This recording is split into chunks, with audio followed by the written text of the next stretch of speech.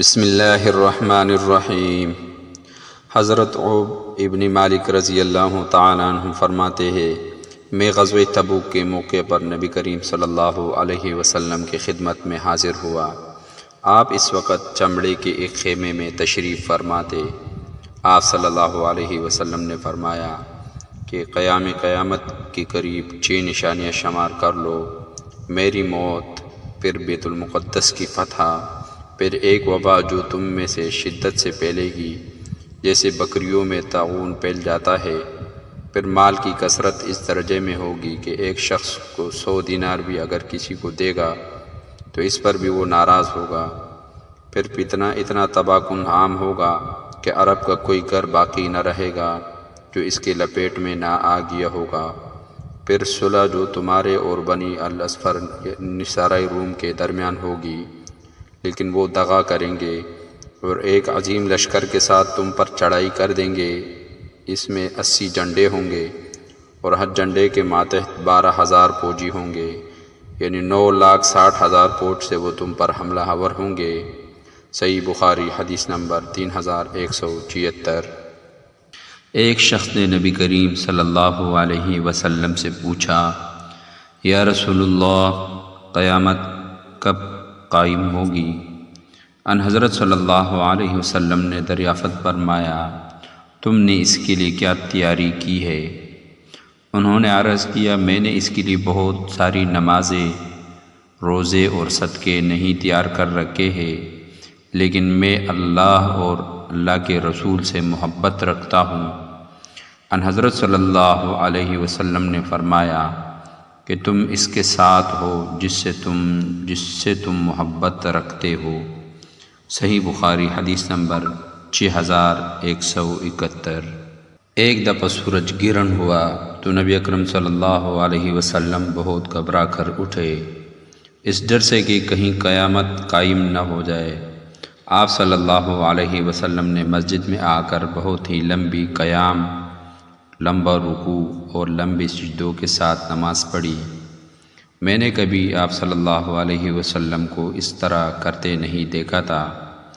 آپ صلی اللہ علیہ وسلم نے نماز کے بعد فرمایا کہ یہ نشانیاں ہیں جنہیں اللہ تعالیٰ بیچتا ہے، یہ کسی کی موت و حیا کی وجہ سے نہیں آتی، بلکہ اللہ تعالیٰ اس کے ذریعے اپنے بندوں کو ڈراتا ہے۔ اس لیے جب تم اس طرح کی کوئی چیز دیکھو تو فوراً اللہ تعالیٰ کے ذکر اور اس سے استغفار کی طرف لپکو۔ صحیح بخاری حدیث نمبر 1059۔ ایک دن ان حضرت صلی اللہ علیہ وسلم لوگوں میں تشریف فرماتے کہ آپ کے پاس ایک شخص آیا اور پوچھنے لگا کہ ایمان کس سے کہتے ہیں؟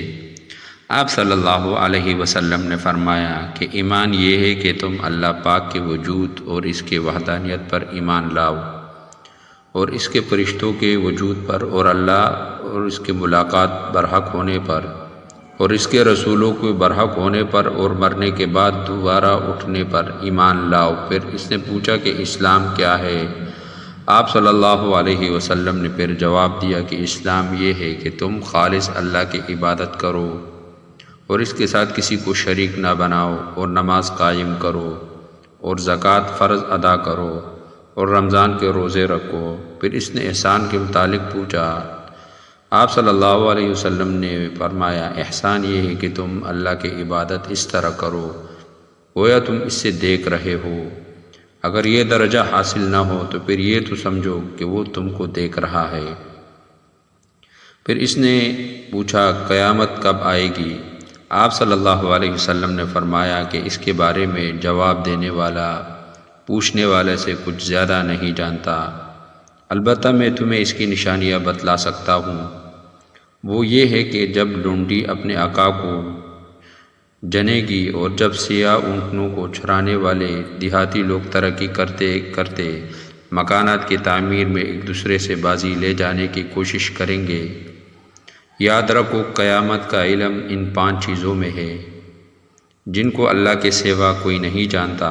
پھر آپ صلی اللہ علیہ وسلم نے یہ آیات پڑھی کہ اللہ ہی کو قیامت کا علم ہے کہ وہ کب ہوگی، آخر آیات تک۔ پھر وہ پوچھنے والا پیٹ پھیر کر جانے لگا۔ آپ نے فرمایا کہ اس سے واپس بلا کر لاؤ۔ لوگ دوڑ پڑے مگر وہ کہیں نظر نہیں آیا۔ آپ صلی اللہ علیہ وسلم نے فرمایا کہ وہ جبرائیل علیہ السلام تھے جو لوگوں کو ان کا دین سکھانے آئے تھے۔ امام ابو عبداللہ بخاری فرماتے ہیں کہ ان حضرت صلی اللہ علیہ وسلم نے ان تمام باتوں کو ایمان ہی قرار دیا ہے۔ صحیح بخاری حدیث نمبر 50۔ اللہ تعالیٰ عمل کی توفیق نصیب فرمائے۔